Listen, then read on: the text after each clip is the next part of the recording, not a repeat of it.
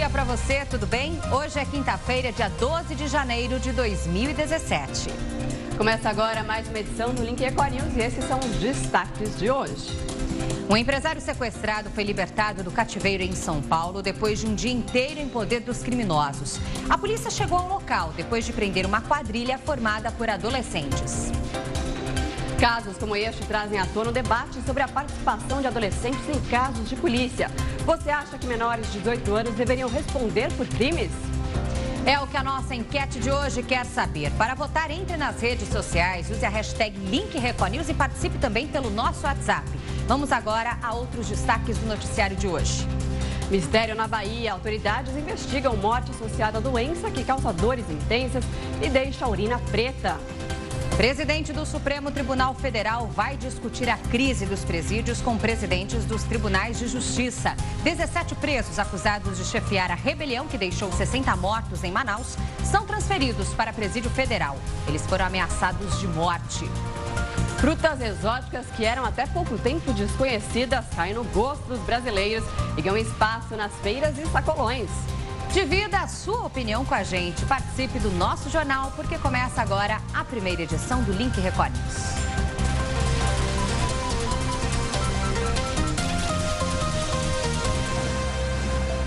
Abrimos esta edição com informações de que as autoridades investigam mais uma morte que pode estar associada a uma doença misteriosa na Bahia.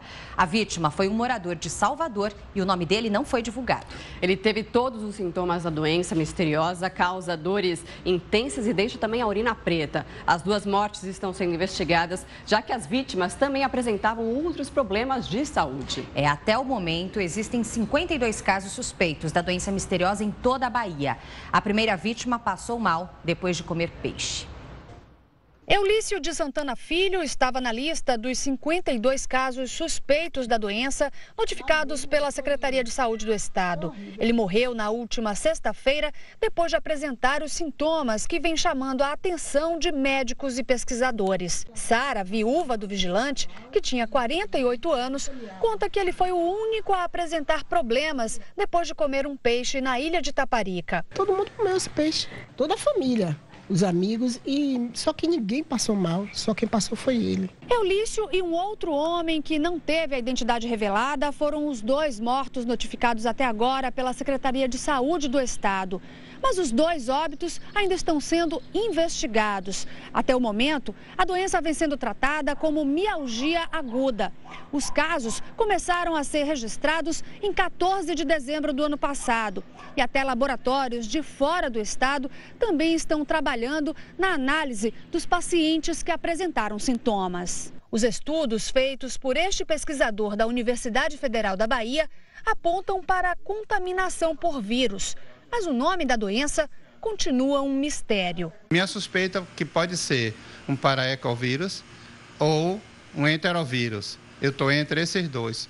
Mas, para isso, eu estou sequenciando, que o sequenciamento demora. Eu quero ver se até sexta-feira eu já tenho definido o nome real da minha suspeita.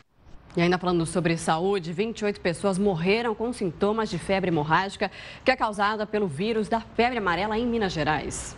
E para combater a doença, 300 mil doses da vacina vão ser enviadas para o interior do estado. 28 pessoas morreram só neste ano com sintomas da febre hemorrágica em Minas Gerais, segundo a Secretaria de Estado de Saúde. Todas na região leste, em cidades perto de reservas. O último surto de febre hemorrágica registrado no Brasil havia sido entre os anos de 1980 e 2004, quando 339 pessoas morreram. Os primeiros casos da febre hemorrágica foram registrados em 1730 na África. No Brasil, a doença se manifestou primeiro em Pernambuco e na Bahia, em 1685. 900 pessoas morreram.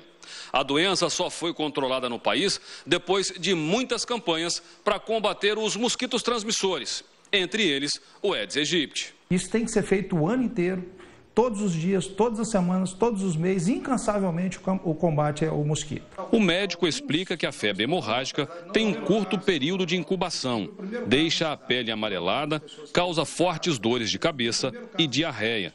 O tratamento é de acordo com os sintomas do paciente, mas a doença pode matar rapidamente. A incubação dela é de 2 a 5 dias, aparecem os sintomas, e aí desses sintomas, até eles atingirem uma gravidade importante que possa levar à morte, demora mais uns 3 a 5 dias.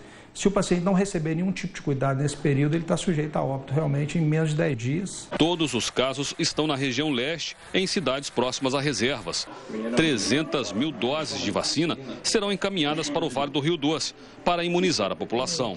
Para confirmar a doença, também é preciso analisar os animais. Nós só conseguimos detectá-las a partir do momento que você descobre algum macaco doente ou morto, que quando se vai investigar, faz a necrópsia dele, você detecta a presença do vírus. E com medo desse aumento nos casos de febre amarela, claro, muita gente correu para os postos de saúde em busca da vacina.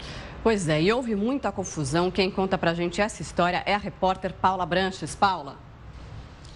Olá, para quem acompanha o Link Record News, olha, em Ipanema, onde uma pessoa morreu nessa semana, algumas pessoas tentaram invadir um posto de saúde. A Polícia Militar esteve no local para evitar uma nova confusão. Já em Ladainha, foi decretado estado de calamidade pública porque falta vacina. Pelo menos 10 pessoas já morreram nesse município. A Secretaria Estadual de Saúde informou o seguinte, que hoje tem no estoque pouco mais aí de 300 mil doses de vacina, mas que já pediu ao Ministério da Saúde outras 140 mil. Voltamos ao estúdio da Record News. Obrigada, Paula, pelas informações. Bom, e quem explica a volta dessas doenças é o médico infectologista e professor da Universidade de São Paulo, Marcos Boulos. Acompanhe. A febre amarela é uma doença que está com a gente já há muitos séculos. No entanto, desde o século passado, ela foi eliminada na sua forma urbana, que era transmitida pelo Aedes aegypti. A partir daí, começamos a notar que existiam casos de febre amarela também transmitida por um vetor silvestre. A febre amarela mudou e se é transmitida pelo vetor silvestre, que também mantinha a doença entre macacos. A doença, a partir daí, começou a ficar só em surtos, pequenos surtos, e praticamente não tínhamos muitos casos de febre amarela. O que aconteceu mais recentemente, nos últimos 15 anos, é que a doença que era restrita à região centro-oeste e norte do país começou a descer. Ou seja, os macacos começaram a ficar doentes mais próximos ao centro da região sudeste. E começamos a ter casos em Minas Gerais, casos em São Paulo e até, surpreendentemente, casos até no Rio Grande do Sul, o que nunca tinha tido anteriormente. Isso é devido à migração de macacos. O que acontece? Os macacos ficam doentes porque o mosquito silvestre mantém o ciclo com macacos. Ao ficar doentes, eles podem transmitir para outros mosquitos que, eventualmente, o homem, quando chega nessa região, pode também ficar doente. O interessante é que esses surtos, eles ocorrem praticamente a cada 7 anos. Muito provavelmente, porque as pessoas, quando tem um surto, todo mundo é vacinado. Além das pessoas ficarem doentes, todo mundo é vacinado, isso faz com que você tenha uma diminuição da existência dos casos de febre amarela por imunidade maior. Com o tempo, desaparece essa imunidade porque outras pessoas começam a chegar, então a população aumenta e muitas pessoas não imunes. Então, outra vez, quando começam a ter mortes de macacos, chamadas epizootias, você pode voltar a ter casos humanos. E nós estamos agora num surto deste. Minas Gerais, com 14 casos de mortes por febre amarela. São Paulo, com 2 pessoas que morreram, mas 30 macacos já diagnosticados com febre amarela. O nosso receio maior, principalmente em centros urbanos como o que nós temos aqui em São Paulo, é que esses macacos eles possam chegar mais próximos a nossa região, a região urbana. É bom, todo cuidado, então, nesse momento onde a febre amarela está muito presente, principalmente ali em Minas Gerais. E quem puder tomar vacina, mesmo em outros estados, deve fazer isso quanto antes, né? Porque em Minas Gerais, por exemplo, está faltando vacina já. Por isso, essa confusão toda, esse corre-corre atrás da vacina para se imunizar dessa doença. Exatamente. A gente segue agora ao Paraná para falar com a Fabiana Vantucci, onde o destaque também é saúde. Fabiana, foi divulgado o primeiro boletim do ano sobre casos, só que de dengue aí no estado. O que esse levantamento mostra? Bom dia. Bom dia. Olá, Lidiane e Marcela, bom dia para vocês, bom dia a todos. Olha, Lidiane, esse levantamento mostra aí que os dados são preocupantes, viu? Apesar dos números serem menores do que o mesmo período do ano passado em relação à dengue, o que preocupa é que o estado já tem registros de casos de Zika vírus e um aumento nos casos de chikungunya. O boletim mostra que desde agosto de 2016, início do período epidemiológico, até a primeira semana deste ano, foram confirmados 366 casos de dengue em 74 cidades do Paraná. O levantamento mostra ainda que até agora foram registrados 10 casos de chikungunya e 2 de Zika vírus. No mesmo período do ano passado, o Paraná havia registrado cerca de 2.000 casos de dengue, 4 de chikungunya e nenhum de Zika vírus. Do total de registros, até o momento, 116 estão em Maringá e 96 em Londrina, na região norte. Entre as outras cidades com maior incidência de casos estão Paranaguá, Cascavel, Toledo e Foz do Iguaçu. E nós seguimos falando sobre saúde. Olha, a Anvisa libera a importação de um remédio feito à base de uma substância da maconha para controlar crises de epilepsia. Recentemente foram definidas as regras para a venda desse tipo de medicamento aqui no país. E desde a liberação, muita gente que precisa do tratamento tem se beneficiado. Priscila tem um filho de 8 anos e desde pequeno o menino sofria com a epilepsia. Priscila conta que eram dezenas de convulsões todos os dias. Porém, ela encontrou um medicamento que trouxe o menino de volta à vida. E a base dele é o canabidiol. Para nossa família foi a solução dos nossos problemas. Hoje a gente tem vida social, hoje a gente pode se programar, vamos para a praia. Antigamente não podia, porque a gente sabia que ou tinha que ter um hospital perto, ou tinha que ter alguma situação que a gente pudesse levá-lo. Hoje a gente tem uma vida próxima do normal. E assim como a Priscila, milhões de pessoas estão tendo bons resultados com esse tipo de medicação. Por isso, a Anvisa incluiu os derivados da maconha na lista de substâncias psicotrópicas vendidas no país. A norma estabelece também que laboratórios registrem produtos com canabidiol como princípio ativo, passo necessário para a venda de medicamentos. O fato foi comemorado por médicos e também por pacientes. Esta neurologista diz que tudo deve ficar mais fácil e mais barato a partir de agora. Já é um progresso, uma abertura para ser comercializado outros medicamentos à base da maconha, o qual podem ter uma indicação mais correta. Mas consultar um médico é fundamental nestas horas, porque o canabidiol é derivado da maconha, que tem mais de 80 componentes. E cada um destes componentes é responsável por combater um determinado tipo de doença. Cada um desses componentes tem uma função e um receptor específico no organismo humano. Então, a gente tem receptores do cérebro e tem receptores periféricos, inclusive no músculo. A medicação que foi liberada é uma medicação que ela propõe melhorar a dor, propõe melhorar a espasticidade, propõe melhorar a qualidade de vida de pacientes com esclerose múltipla, o que difere de pacientes que têm outras patologias neurológicas. Priscila, que gasta $400 por mês com os medicamentos, já imagina um futuro muito melhor para seu filho e recomenda o remédio, mesmo sabendo do preconceito. A gente sempre fala isso, não é só a criança que se beneficia, né? E não é só os pais também, né? Os pais pela questão de estar no dia a dia, mas toda a família, porque todo mundo sofre. E esses foram os destaques aqui do Paraná. Marcela e Lidiane, volto com vocês aí no estúdio. Bom trabalho a todos e até amanhã. Ótimo trabalho por aí, Fabiana. A gente se vê amanhã. Obrigada pelos destaques. Até lá. E a presidente do Supremo Tribunal Federal, Carmen Lúcia, vai discutir a crise dos presídios com presidentes dos tribunais de justiça. Mais informações agora com a repórter Cristine Otaviano, direto de Brasília. Cristine. A ministra Carmen Lúcia convocou os presidentes dos tribunais de justiça de todos os estados e também aqui do Distrito Federal, porque ela quer ouvir sugestões para o combate à crise no sistema prisional. Entre outras medidas, a ministra sugere que seja feito um censo no sistema penitenciário. Ela entende que com este levantamento vai ser possível fazer um diagnóstico mais preciso da situação dos presos e já ouviu representantes do IBGE e do Exército Brasileiro para analisar como este censo poderá ser feito. Voltamos ao estúdio da Record News. Obrigada, Cristine, pelas informações.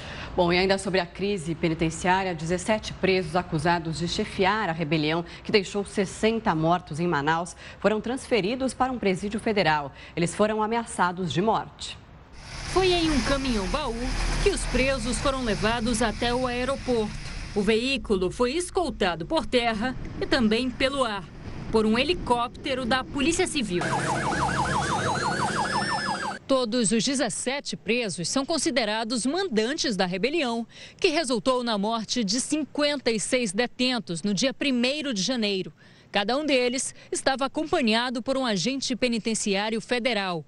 Daqui do aeroporto, eles seguiram para outros estados. Uma parte desembarcou no Aeroporto Internacional de Campo Grande. O restante deve ficar em uma unidade no Rio Grande do Norte, na penitenciária de Mossoró. Entre os transferidos estão Márcio Ramalho Diogo, o Garrote. Ele é apontado como um dos líderes de uma facção criminosa no estado. E aparece nessa foto que teria sido tirada logo após a chacina. Outro é o Florencio Nascimento Barros, o Marabá. É um dos que faziam a negociação com os policiais militares durante a rebelião. A Ordem dos Advogados do Brasil pediu a suspensão do contrato da empresa que administra algumas unidades prisionais do estado. A denúncia é que, mesmo sem licitação, a Humanizare continua à frente das penitenciárias. A OAB aponta dano financeiro ao Estado e ineficiência da empresa na prestação de serviços. No mesmo dia em que comemorou a inflação dentro da meta e a redução da taxa de juros, o presidente Michel Temer voltou a discutir a crise no sistema penitenciário. Temer também recebeu deputados que insistem na criação do Ministério da Segurança Pública. Durante reunião com os ministros do Núcleo de Infraestrutura, Temer voltou ao tema da crise nos presídios e agora classificou as chacinas promovidas por facções criminosas de matança. Eles têm até preceitos próprios e, para surpresa nossa, até quando fazem aquela pavorosa matança, né, o fazem baseado em códigos próprios. Então, esta é uma questão que ultrapassa os limites da segurança para preocupar a nação como um todo. O presidente também recebeu integrantes da chamada Bancada da Bala do Congresso. São deputados ligados ao setor de segurança pública. Eles defendem a criação de um ministério para enfrentar a crise atual, inclusive a penitenciária. Nós não podemos conviver com tanta violência e não ter uma instituição focada no assunto segurança pública. Não gerará nenhuma despesa. É pegar a Secretaria Nacional de Segurança Pública e transformá-la no Ministério. O ministro da Justiça, presente à reunião, foi contra. Para Alexandre de Moraes, um novo ministério esvaziaria a pasta da Justiça, além de provocar mais gastos em plena fase de ajuste fiscal. Temer não disse não aos deputados, pediu mais dados técnicos, mas deve engavetar a ideia. No início da noite, por meio do porta-voz, o presidente comemorou a redução da taxa de juros anunciada pelo Comitê de Política Monetária. A decisão do Banco Central, que delibera de forma independente, respalda a convicção do presidente Michel Temer no sentido de que estão dados os elementos para uma retomada do crescimento econômico e da criação de novos empregos ao longo do ano. Bom, você vai ver agora uma reportagem especial sobre a chegada de traficantes de São Paulo ao Rio de Janeiro. Os criminosos paulistas estão se aliando às lideranças cariocas e cresce a tensão dentro das cadeias no estado do Rio de Janeiro. Uma cidade com mais de 1000 comunidades carentes. O cenário perfeito para uma facção que pretende expandir as áreas de atuação. A organização criminosa de São Paulo é comandada da cadeia por Marco Williams Herbas Camacho, o Marcola. Essa facção criminosa oriunda de São Paulo, ela já está presente em vários municípios do estado do Rio de Janeiro, inclusive na própria capital. Ela já fez inúmeras alianças, né? Então ela está se estruturando para se fixar em definitivo no estado do Rio de Janeiro. Isso é uma coisa muito preocupante. É uma coisa, assim, extremamente grave. Para ficar na Rocinha, o grupo de São Paulo teria feito um acordo com o chefe da comunidade, Antônio Bonfim Lopes, o NEM. preso desde 2011. O Morro dos Macacos tem o PP desde novembro de 2010. Aqui, os paulistas teriam feito um acordo com o traficante Leandro Nunes Botelho, o Scooby, que está foragido da justiça. Neste local funciona um ponto de venda de drogas. Ali a movimentação de suspeitos. Nossa equipe está mantendo uma distância de segurança. Geralmente, bandidos armados circulam nesta região, principalmente à noite. No momento que eles estão perdendo em São Paulo, em que as forças de segurança os batem em São Paulo, desarticulam os seus esquemas de lavagem de dinheiro, de representação, de suporte, é um momento que eles migram para o Rio. Não tem coincidência. Mas a ocupação de áreas do Rio de Janeiro pode ter outra motivação. A quadrilha de Marcola rompeu uma parceria de 2 décadas. A maior facção carioca é chefiada por Márcio dos Santos Nepomuceno, o Marcinho VP, que também dá as ordens da prisão. Os traficantes paulistas podem ter se unido a rivais de Marcinho para planejar ataques. Essa guerra teria começado no meio do ano passado, na fronteira do Brasil com o Paraguai. Nos últimos meses, o cenário de rivalidade tomou conta dos presídios do país, com mortes de detentos ligados às 2 quadrilhas. O caso mais recente foi em Manaus, no estado do Amazonas. Autoridades temem que o problema chegue ao sistema penitenciário do Rio de Janeiro. Por medida de segurança, 400 bandidos que estariam por trás desses assaltos foram transferidos do presídio Bangu 4. O principal caminho é começar a combater dentro do âmbito do sistema prisional. Nós sabemos que é no sistema prisional, é na cadeia que as organizações criminosas se formam, se estruturam, avançam, formam alianças. Basta ver o histórico de formação das organizações criminosas. Todas elas nasceram dentro da cadeia. Em São Paulo, uma quadrilha formada por adolescentes sequestrou um empresário que foi mantido em cativeiro por 20 horas. Os criminosos trocaram tiros com a polícia. 4 menores foram apreendidos e uma adulta foi presa. Na delegacia, os produtos que os bandidos compraram com o cartão de crédito da vítima. Calçados, roupas, bolsas. Segundo a polícia, o bando agiu durante 5 dias sem parar. Inúmeros roubos, várias vítimas. Muitos reconheceram os produtos roubados na delegacia. Era nesse carro que 4 adolescentes estavam quando foram parados por policiais. Com o veículo também roubado, os menores cometiam outros crimes. E foram eles que levaram os policiais a um cativeiro, onde um empresário era mantido refém por 20 horas. Quando a polícia chegou no local, que fica em Parelheiros, na zona sul de São Paulo, foi recebida a tiros. Um dos disparos atingiu a viatura, mas ninguém ficou ferido. Os suspeitos fugiram para uma mata. O helicóptero Águia foi acionado, sobrevoou o local, mas eles conseguiram fugir. A polícia suspeita que a quadrilha é formada por cerca de 20 adolescentes com média de idade de 15 anos. Apenas uma mulher de 18 anos foi presa e reconhecida na delegacia. Todos já têm passagens. Todos os indivíduos apreendidos já tinham passagem pela polícia por sequestro, roubo e furto também. A maior de idade que foi apreendida tinha passagem por tráfico. A maior foi presa e 4 adolescentes apreendidos. O empresário sequestrado foi libertado. O caso continua sendo investigado para que os outros integrantes da quadrilha sejam encontrados. Veja agora a análise desse caso com o nosso comentarista de segurança, Renato Lombardi. A cada dia que passa, o número de menores envolvidos com o crime aumenta. Assaltos, furtos, arrastão, latrocínio, que é o assalto seguido de morte, sequestro relâmpago, extorsão mediante sequestro, que é bem diferente do sequestro relâmpago. E foi exatamente o que aconteceu. Os menores sequestraram um empresário, o levaram para o cativeiro, pegaram as senhas dos seus cartões e saíram fazendo compras. Já tinham praticado uma outra sequência de outros assaltos, até que policiais militares desconfiaram do carro que eles estavam, levantaram a placa, viram que o carro era roubado, pegaram os menores. E os menores, um deles disse que estava com os cartões da mãe e de um tio para fazer compras.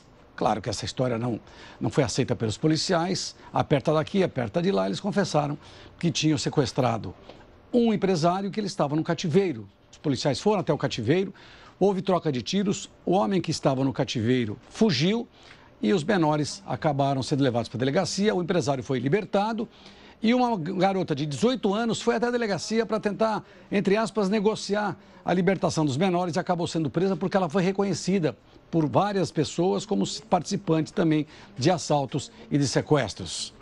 O número de menores, como eu disse, aumentou muito. Infelizmente, as unidades para menores infratores em todo o país estão superlotadas. Em São Paulo, a Fundação Casa tem um excesso, já passou do limite e cada menor custa para o governo R$7 mil por mês.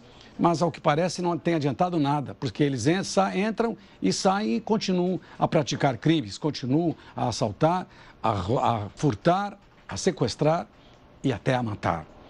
O que acontece? Muita gente quer a diminuição, quer que diminua, né? A redução para um para 15, outro para 16, outro para 14, outro para 12, mas não adianta nada. O importante é cuidar do menor quando ele entra numa casa de menores infratores, como aqui em São Paulo, a Fundação Casa. Cuidar dele, fazer com que ele estude, fazer com que ele trabalhe, para que quando saia, não é?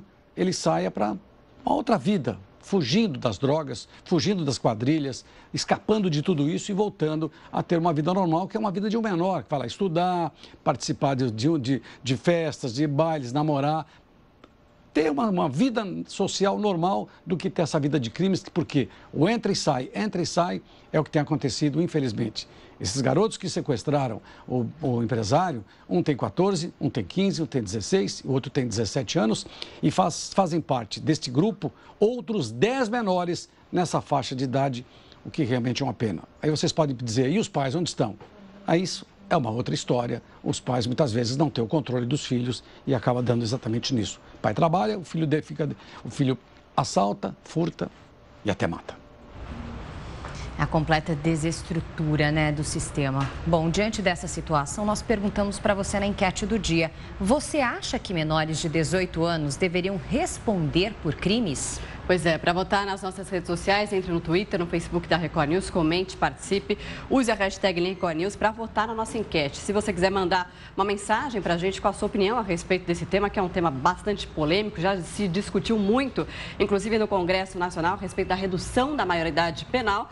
Ainda não andou isso, e se você quiser mandar uma mensagem, é esse número aqui embaixo, o 11 95307 1851. Já tem participação, inclusive, sobre essa polêmica. Vamos conhecer um pouco a participação nesse momento do Job de Souza, de São Paulo, capital. O menor deve responder sim pelos crimes que comete. Já que pode votar com 16 anos e andar armado, sabe muito bem o que podem fazer. Obrigada pela sua participação. Agora a mensagem do Jorge, de Manaus, Amazonas. Sim, temos que assumir nossos erros. É por isso que a violência está grande. Não tem punição, eles continuam. É o que pensa o Jorge. Obrigada. Tem agora a participação da Idália, de Capelinha, Minas Gerais. Sim, o menor sabe que está cometendo um crime, então tem que pagar pelo erro que está cometendo, é o que acha a Idália. Obrigada. Agora o Pedro Henrique, de Abre Campo, Minas Gerais. Sim, porém a redução da maioridade penal não é a solução, já que as prisões brasileiras não cumprem a Constituição Federal, que as define com ambiente de ressocialização. Muito pelo contrário, pelo que a gente tem visto aqui nessa crise penitenciária, exatamente o contrário, massacre, 60 mortos e uma situação completamente falida, né? Falida e difícil de ter realmente uma solução muito próxima. Como o nosso comentarista disse, R$7 mil é o custo de um menor nesses locais que deveriam realmente cuidar da ressocialização. Na verdade, eles saem piores até do que eles entraram, assim como acontecem também nos presídios. Então, algo está errado. Para algum lugar, esse dinheiro está indo que não é para a educação, não é para o investimento no ser humano, como deveria ser a proposta. Bom, agora a gente fala de economia. O Banco Central baixou para 13% ao ano a taxa básica de juros. O corte para estimular a economia veio depois do anúncio de que a inflação em 2016 ficou dentro da meta do governo. Marcela, apesar do preço mais baixo de alguns produtos, os consumidores reclamam que estão gastando mais, principalmente com os alimentos. Por mais talentoso que o confeiteiro seja, não há açúcar que adoce o valor da compra. O preço está salgado. A gente faz aquela pichincha, né? Vai em um mercado, vai em um outro, né? Então tem as possibilidades da gente fazer o orçamento e fechar no mês. Na hora de passar no caixa, todo mundo reclama. Mas segundo o IBGE, os preços desaceleraram. Em 2016, o índice oficial de inflação ficou dentro do teto previsto pelo governo. O IPCA subiu 6,29%, o menor resultado desde 2014. Com isso, o Banco Central viu espaço para reduzir a taxa básica de juros em 0,75 ponto percentual. Ficou em 13% ao ano. É uma tentativa de incentivar o consumo e reanimar a economia. Este economista calculou o aumento de preços de alguns produtos básicos do supermercado nos últimos 2 anos. O feijão, por exemplo, subiu 90% em 2015 e 2016, quase o dobro do valor. Se o feijão teve uma alta em 2 anos, 2015 e 2016, de acordo com os dados do IBGE, de quase 90%, o arroz ficou um pouco atrás, mas bem acima da inflação. Quase 30% mais caro em 2 anos. Essa variação acumulada aí nos últimos 2 anos também traz notícias boas. Tá aqui o nosso franguinho bom de todo dia. Vou até pegar 2, porque o preço está valendo a pena. Assim como ele, quem vai ao mercado pode também colocar no carrinho sem preocupação a carne vermelha.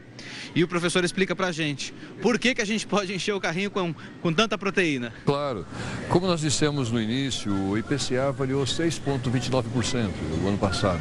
E as carnes subiram em torno de 3%. 3% apenas, metade do índice, de acordo com o IBGE. Então é um produto que naturalmente o consumidor passa a consumir mais. Os analistas acreditam que a inflação vai ficar ainda menor este ano. É o que espera a dona Maria Edilene, que tem se desdobrado para manter a despensa de casa cheia. A gente mexe de um lado, mexe do outro.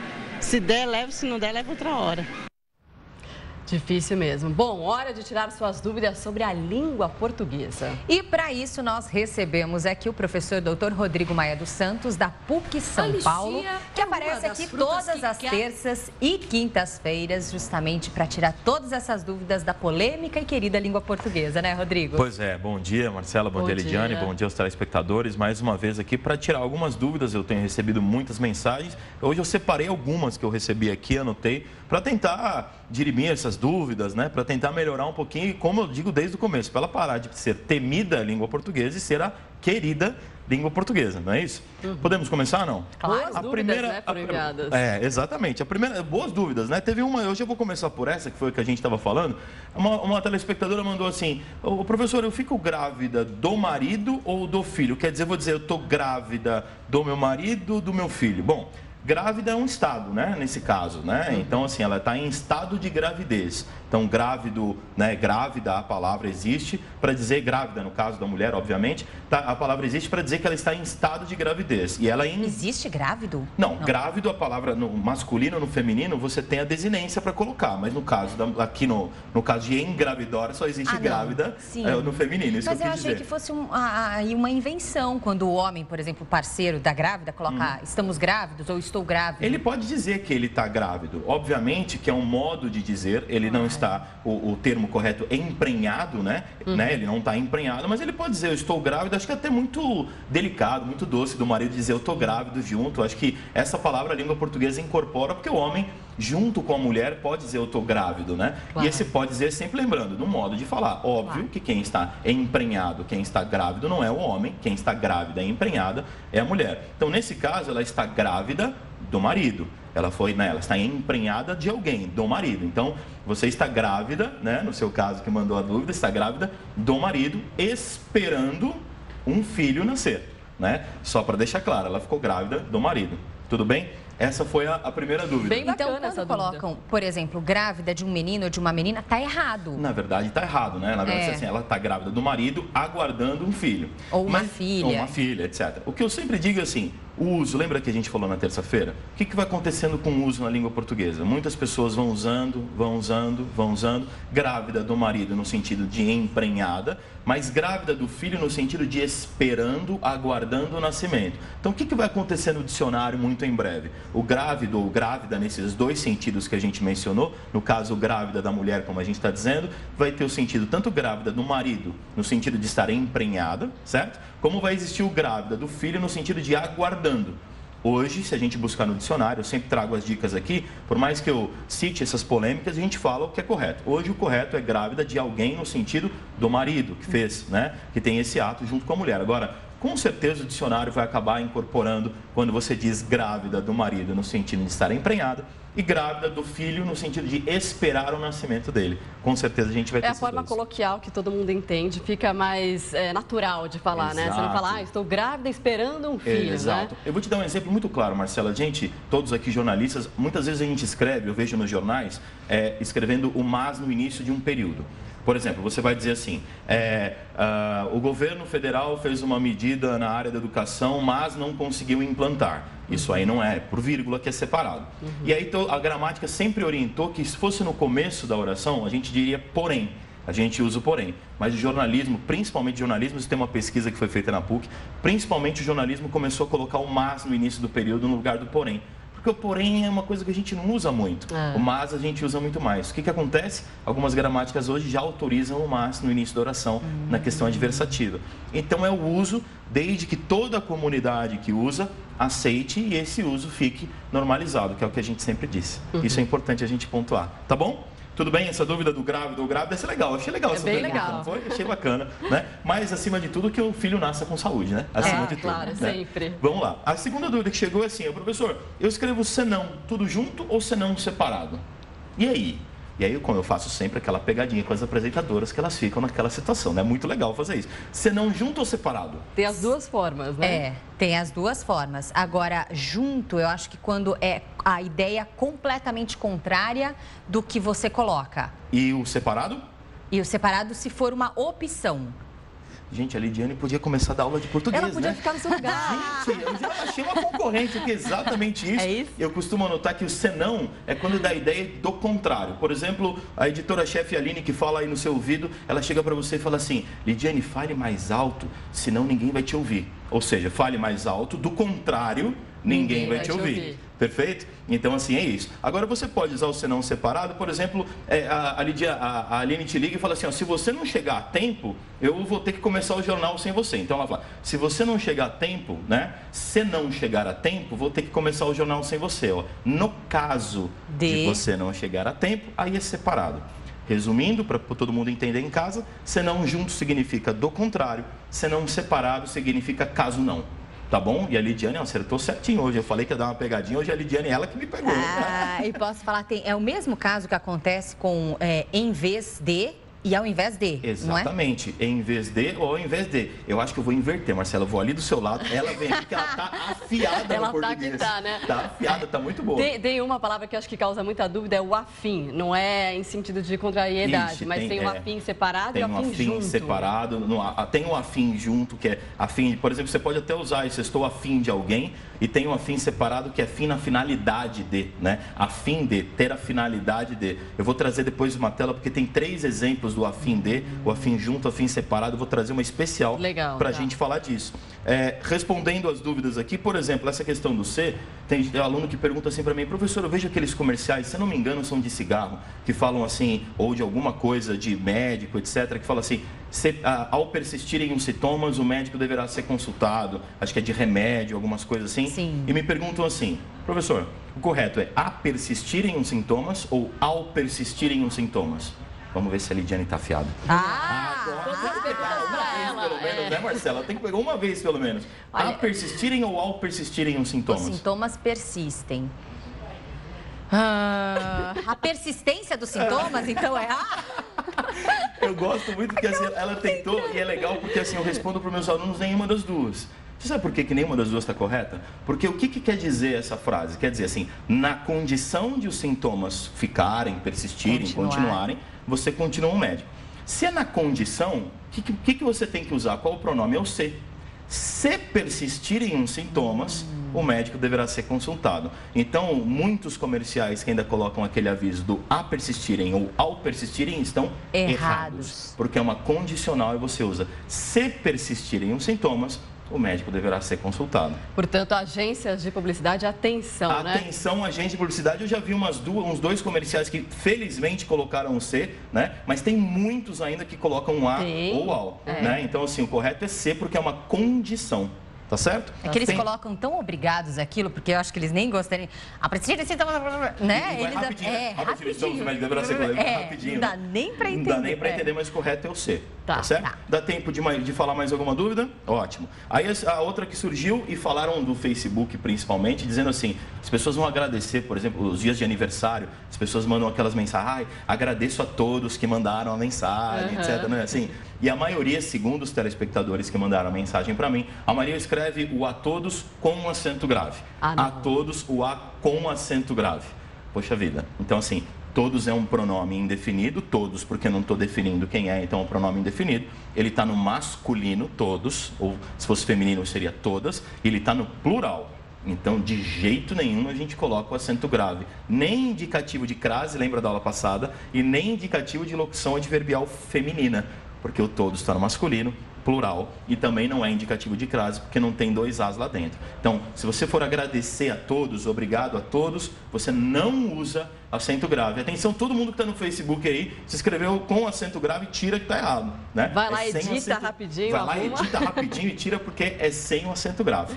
Certo? É mais fácil até do que muita gente coloca, né? Mais fácil do que muita gente coloca. E tem gente que já me falou assim, não, professor, porque a gente coloca o acento porque fica mais bonito. Eu falo assim, não, o mais bonito não, né? É o correto, Vamos né? Vamos pro correto. Falando de acento, esse rapidinho também, perguntaram se a partir tem acento ou não. O a se tem um acento grave. E a mesma coisa. O a partir não tem um acento grave, porque partir é um verbo. Então, você nunca vai ter preposição mais artigo, porque esse verbo não está no masculino nem no feminino. O verbo não tem gênero, certo? Então, a partir você vai usar sem um acento grave, separado, sem um acento grave. Essa foi uma outra dúvida que chegou. Dá tempo de mais uma, Lidiane? Dá, vamos lá. Vamos lá, eu tenho várias anotadas aqui. Aí mandaram essa, que eu achei até muito estranha, porque eu vejo pouco usar, mas aí eu acho que eu tenho uma explicação. Professor, de repente se escreve tudo junto, com 2 R's, ou separado? Bom, de repente tudo junto com 2 R's, eu nunca vi escrito. Não sei se vocês já viram. Não. O telespectador que mandou, eu realmente nunca vi escrito. Se você já viu, por favor, mande pra gente algum lugar, algum print pra gente dar uma olhadinha. Mas de repente é separado. De, separado, repente, com um R só, obviamente, que é uma coisa que acontece repentinamente. Qual a explicação que eu quero dar? Acho que a confusão é mais ou menos assim. Se você pegar, por exemplo, entretanto, contudo, o que é embora? São junções de palavras que eram separadas. Contudo, entretanto, embora, que era em boa hora. Então vai juntando e vai se formando uma palavra. Acho que o raciocínio dele foi esse. É o que eu sempre digo, se no uso acontecer, que eu acho difícil nesse caso, mas se no uso acontecer de todo mundo começar a usar junto, né? O jornalismo começa a usar junto, a mídia começa a usar junto, depois de uma década, 2 décadas, está incorporado, pode ser que isso entre para o dicionário, mas sinceramente, nesse caso, eu acho feio, né? Bem até difícil, feio de imaginar. Porque além de ser feio, as pessoas realmente refutam, elas não gostam muito desse uso, né? Elas vão lá e colocam de repente, não, está errado. Com a queda do hífen, em muitos casos, por exemplo, vale refeição, que agora é tudo junto com 2 R's, então talvez tenha uma tendência também, com essa queda do hífen em alguns casos, para as pessoas escreverem as palavras junto. Talvez tenha essa tendência. Então, de repente, é separado. Tá certo? Tá ótimo, Rodrigo. Então, obrigada pelas dúvidas, pelos esclarecimentos de hoje. Esclarecimentos, aliás, muito curiosos, né? Muito bons. Muito curioso. Gostei das dúvidas, né? Estão chegando ótimas dúvidas. Olha, só para terminar, chega pelo Twitter, chega pelo Instagram, chega pelo Facebook da Record News, o pessoal de todo mundo. E a gente está muito satisfeito com as dúvidas que chegam, porque a gente consegue vir aqui e transformar a língua portuguesa em querida e não mais em temida. Com certeza. Toda terça e quinta. E se você tiver também alguma dúvida em casa, quiser participar desse quadro, basta enviar para a gente pelo WhatsApp, pelas redes sociais também, #LinkRecordNews. O professor Rodrigo também tem a página dele. Lá no Facebook, é só entrar lá, mandar a dúvida, a gente está à disposição. Tá ótimo. Legal, então até terça-feira que vem, um ótimo final de semana para você. Ótimo final de semana para vocês também. Até terça eu vou preparar algumas coisas para ver se a Lidiane tá afiada mesmo para terça-feira. Até eu vou preparar. Brincadeira. Tá bom, gente. Obrigado. Um bom dia para vocês. Bom dia para todo mundo. Bom dia para todo mundo. Obrigado. Legal. Bom dia. Até a próxima, Rodrigo. Bom, e para ganhar a vida, muitas pessoas estão apostando na criatividade. E se está difícil conseguir um emprego de carteira assinada, trabalho não falta para quem tem disposição, não é mesmo? E haja disposição, viu, Marcelo? O vendedor Anderson de Campos, no interior do Rio de Janeiro, é um exemplo típico de que com um pouco de inovação é possível sim driblar a crise. Nem adianta reclamar do calor. Quem precisa trabalhar encontra no que seria um problema a solução. Este é o Anderson. Há um ano, ele aposta na criatividade para ganhar a vida. Água de coco tem de R$5 e tem um coco a R$2 também, geladinho, você escolhe. É desse jeito elegante que o vendedor trabalha no distrito de Travessão, bem em cima da linha do trem. O local é um dos acessos à RJ 224. Ou seja, o caminho do sol das praias do litoral de São Francisco de Itabapoana. Mas não foi sempre assim. Anderson conta que trabalhava com carteira assinada quase 20 anos como motorista, com passagens em grandes empresas.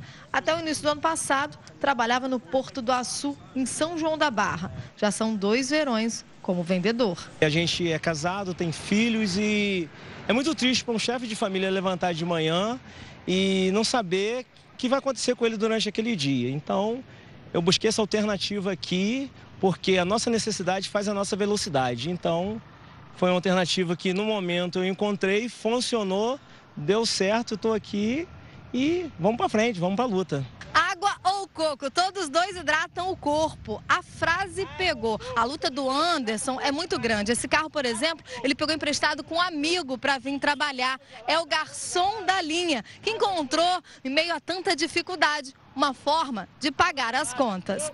Não é que ele conquista mesmo os clientes? É gratificante, né? Passar dentro de Travessão e ter um vendedor nesse caráter para atender nós, né? Isso aí que é bonito, a gente tá trabalhando. Todo mundo se espelhava nele e o Brasil não tinha miséria, não tinha fome, não tinha nada. O pessoal gosta muito de fácil, de roubar. É bom, né? Saber que tem gente honesta no mundo, né? Então, quer dizer, tem muitos que podiam estar roubando aí, ele está trabalhando, ganhando o pão dele, diferenciado, entendeu? Então, eu acho muito bom, muito gratificante. A especialista explica que boa parte dos desempregados, em tempos de crise, resolveu buscar o próprio negócio. O empreendedorismo está em alta. A história de Anderson é mais um bom exemplo de sucesso. O número de desempregados tem crescido muito e ele é mais um na estatística, né, e que conseguiu transformar o desafio dele numa oportunidade, porque todos nós sabemos que as pessoas precisam dos ganhos para as famílias, para se sustentar, e realmente é o cenário que a gente tem visto. Então, o empreendedorismo tem crescido muito, né, de modo geral. E quanto mais inovador e criativo essa pessoa for, mais chances ele tem de se dar bem nesse momento no mercado. E se você também está desempregado e não consegue enxergar uma saída, com a palavra, quem entende? Buscar inovar, buscar fazer algo diferente, porque o povo brasileiro é um povo solidário, entendeu? As pessoas querem ajudar quem trabalha e o que eu vejo aqui é as pessoas passando e tirando foto e falou que eu estou no caminho certo, é isso aí, vamos partir para a luta, é isso mesmo, param e dão uma preferência, tá vendo? Dão uma preferência querendo o produto, né? Todo dia é isso aqui, entendeu? Todo dia é matar um leão. Vontade de trabalhar e principalmente educação. Quem resiste, né? Se puder ajudar, realmente faz o melhor. Bom, o ministro da Fazenda e o governador do Rio de Janeiro anunciaram um plano para a recuperação fiscal do Estado. Um dos pontos fundamentais é a redução das despesas. Os detalhes do acordo ainda serão discutidos por técnicos da área financeira do Rio de Janeiro e do Ministério da Fazenda e anunciados em uma semana.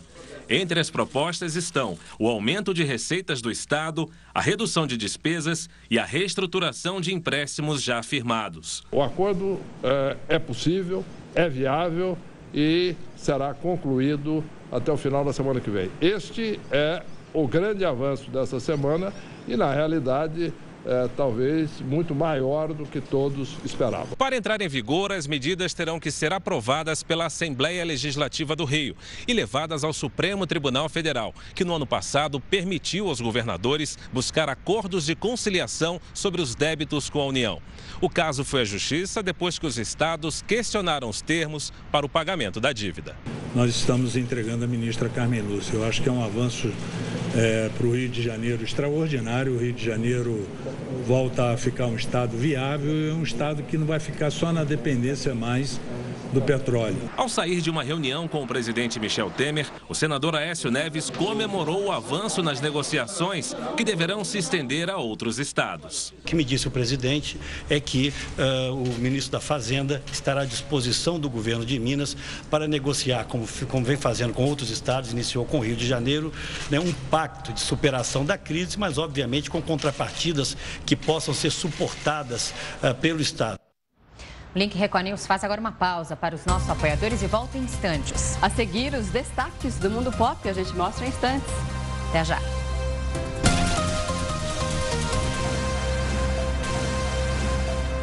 Meio-dia em ponto, no horário brasileiro de verão, Link Record News de volta. Uma ótima tarde para você. Boa tarde para você, agora com notícias saborosas, porque frutas que até pouco tempo eram desconhecidas caíram felizmente no gosto dos brasileiros e ganharam espaço nas feiras e sacolões. Pois é, a lixia e a pitaia, por exemplo, estão substituindo a banana, maçã e laranja na fruteira de casa. A lixia é uma das frutas que caíram no gosto do brasileiro. Se antes era difícil encontrá-la, agora tem em tudo quanto é canto. Bom para o Neymar, que compra toda vez que vem ao supermercado. A lixia é muito bom. Enfim, ela tem um sabor atípico, para mim ela é exótica. E assim, ela é geladinha, você abre in natura, chupa ela, é maravilhoso. Sem contar os benefícios. A lixia ela é rica em vitamina C, que participa da produção de colágeno, que dá firmeza da pele. Além disso, é rica em alguns minerais, como potássio, magnésio, importantes para a manutenção do nosso organismo. Nos carrinhos, as frutas do dia a dia têm dividido cada vez mais espaço com as exóticas. O kiwi amarelo também se popularizou. É mais caro, mas em compensação, bem mais doce que o verde tradicional. Ideal para comer depois das refeições. Ainda mais porque ajuda a absorver o ferro da comida.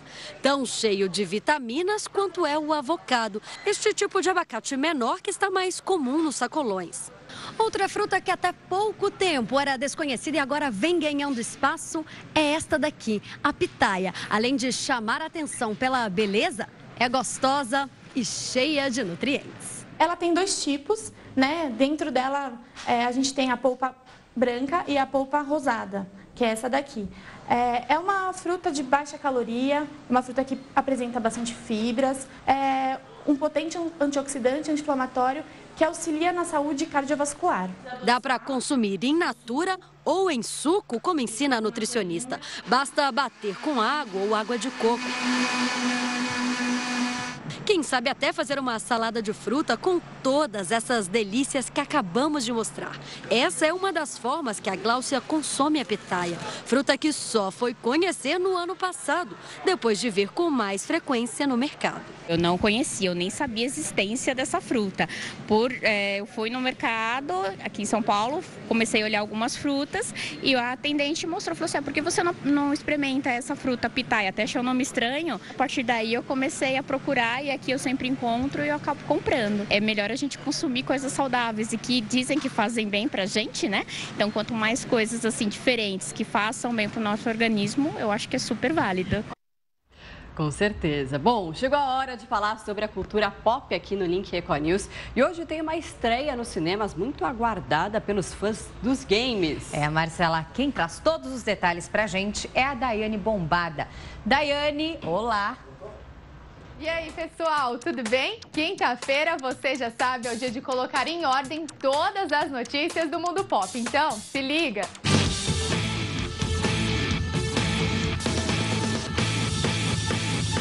E a gente começa destacando um filme muito aguardado e que finalmente estreia hoje nos cinemas, Assassin's Creed. Se você é fã dessa cultuada franquia dos videogames, com certeza já garantiu o ingresso. Mas se está entrando agora nesse universo, a gente te explica um pouquinho. Nos games, a série tem ao todo 9 jogos considerados principais, além de mais alguns derivados. A trama é sobre duas sociedades ancestrais, os Templários e os Assassinos, que têm muita rivalidade. O protagonista da história é o jovem Desmond Miles, que com a ajuda de uma máquina do tempo, entra em memórias de assassinos do passado para reviver as aventuras. Old Templars, You are not the only ones with business here. Well, this explains my missing man. Já o filme conta com o ator Michael Fassbender, dando vida a Callum Lynch. O personagem tem ligações com o guerreiro Aguilar, que viveu no século XV. Depois de reviver a trajetória do ancestral, ele volta preparado para enfrentar mais um desafio. It felt real. It was. Essa estreia é imperdível. Para saber mais sobre o filme e os games, acesse o site que aparece aqui na sua tela. Os jogos você encontra em lojas especializadas para diversas plataformas. Vamos continuar no mundo dos games? Nós já falamos do novo gameplay de Injustice 2, que saiu há um tempinho.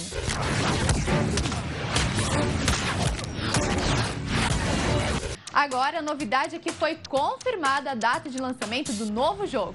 Por meio do Twitter, o diretor Ed Boon publicou o dia 16 de maio de 2017. Injustice 2 segue a história do antecessor, com os personagens da DC Comics lutando contra o regime autoritário adotado pelo Superman. Entre as novidades, os jogadores vão poder até personalizar os heróis. O jogo sai em versões para PlayStation 4 e Xbox One. Pelo site, a pré-venda já está disponível. E os brasileiros estão mesmo com todo mundo afora. O destaque agora é para um artista lá de Curitiba que está trabalhando na 4ª temporada da famosa série Black Mirror. Billy Mariano da Luz, mais conhecido como Butcher Billy, divulgou uma foto numa rede social mostrando a parceria.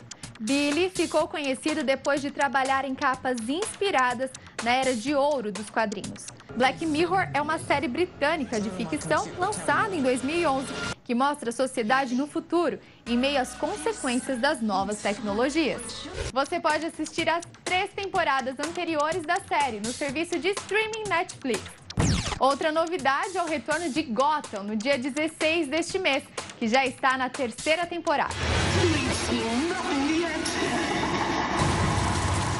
A série sobre a cidade de Gotham City mostra os primeiros passos do detetive James Gordon e do jovem Bruce Wayne, antes de se tornar o Batman.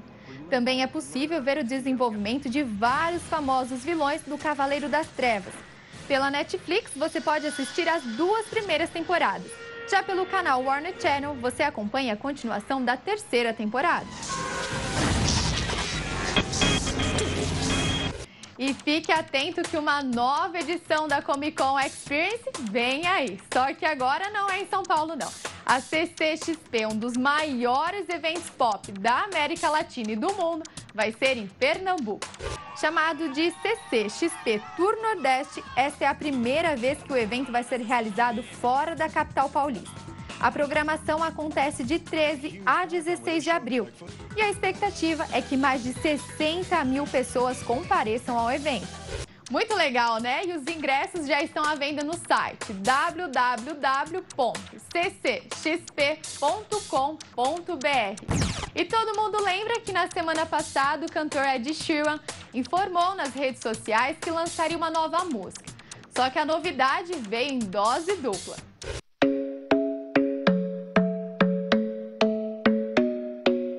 O Ruivinho liberou 2 músicas do novo CD Divide, Shape of You e Cast on the Hill.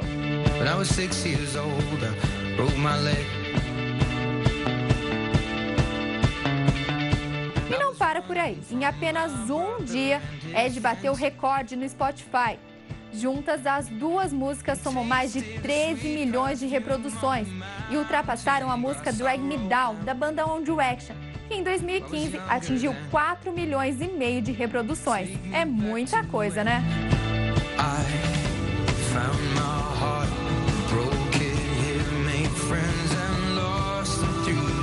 E para ficar por dentro de todas as novidades do cantor, você pode acessar as contas dele no Spotify.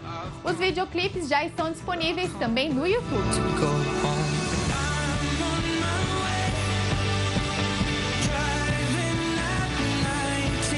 Bom, por hoje é só, pessoal, mas na semana que vem eu te espero com muitas novidades. Tchau!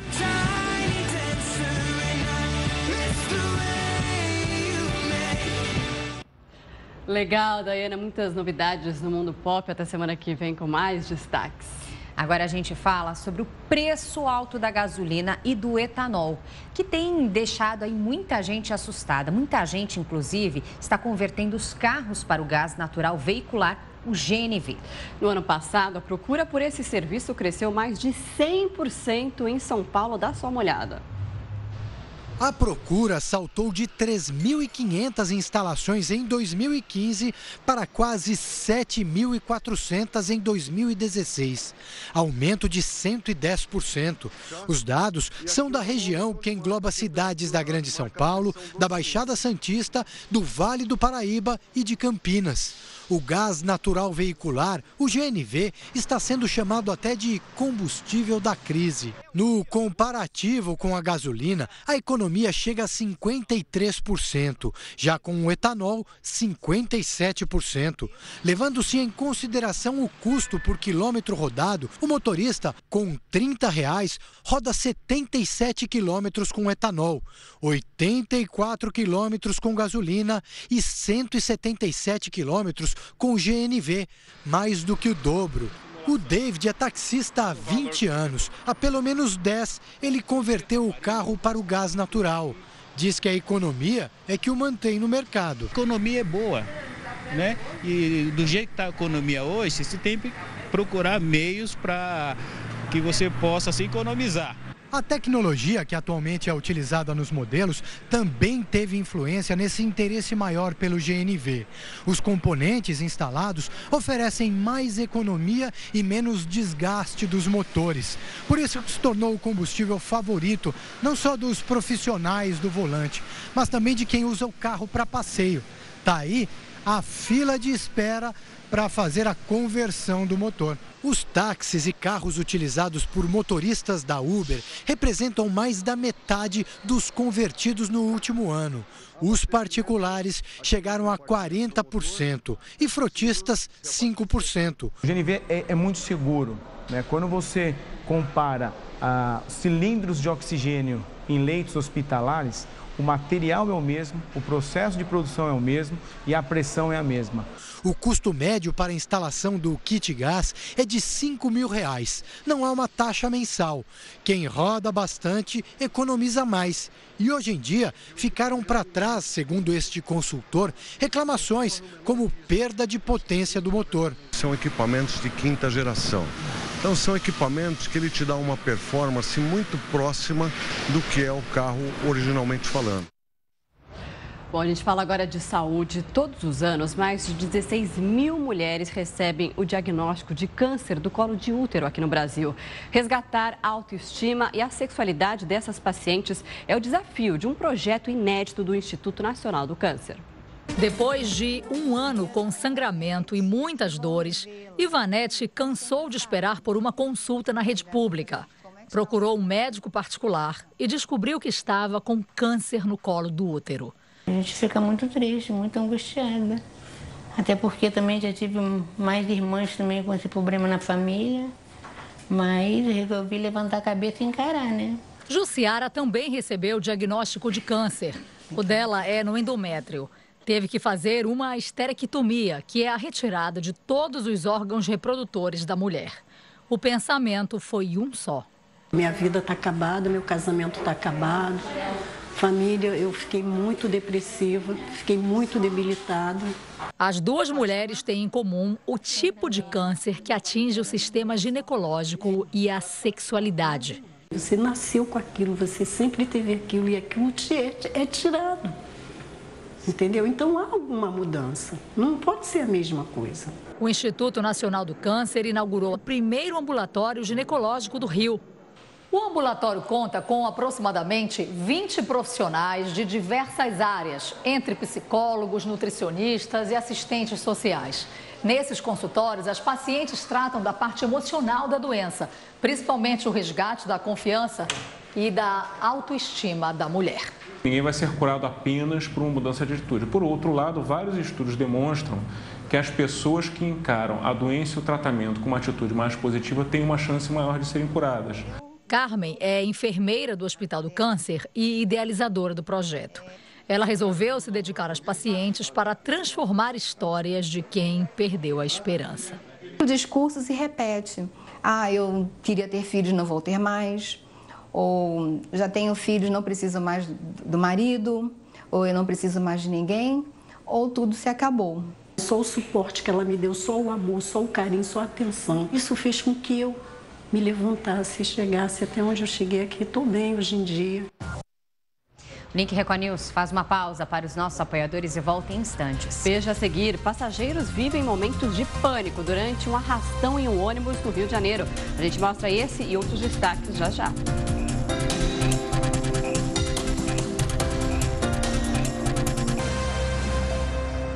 Meio-dia, 19 minutos, no horário de verão, o Link Record News de volta. De volta para convidar o editor de mídias sociais da Record TV, Rafael Calisto.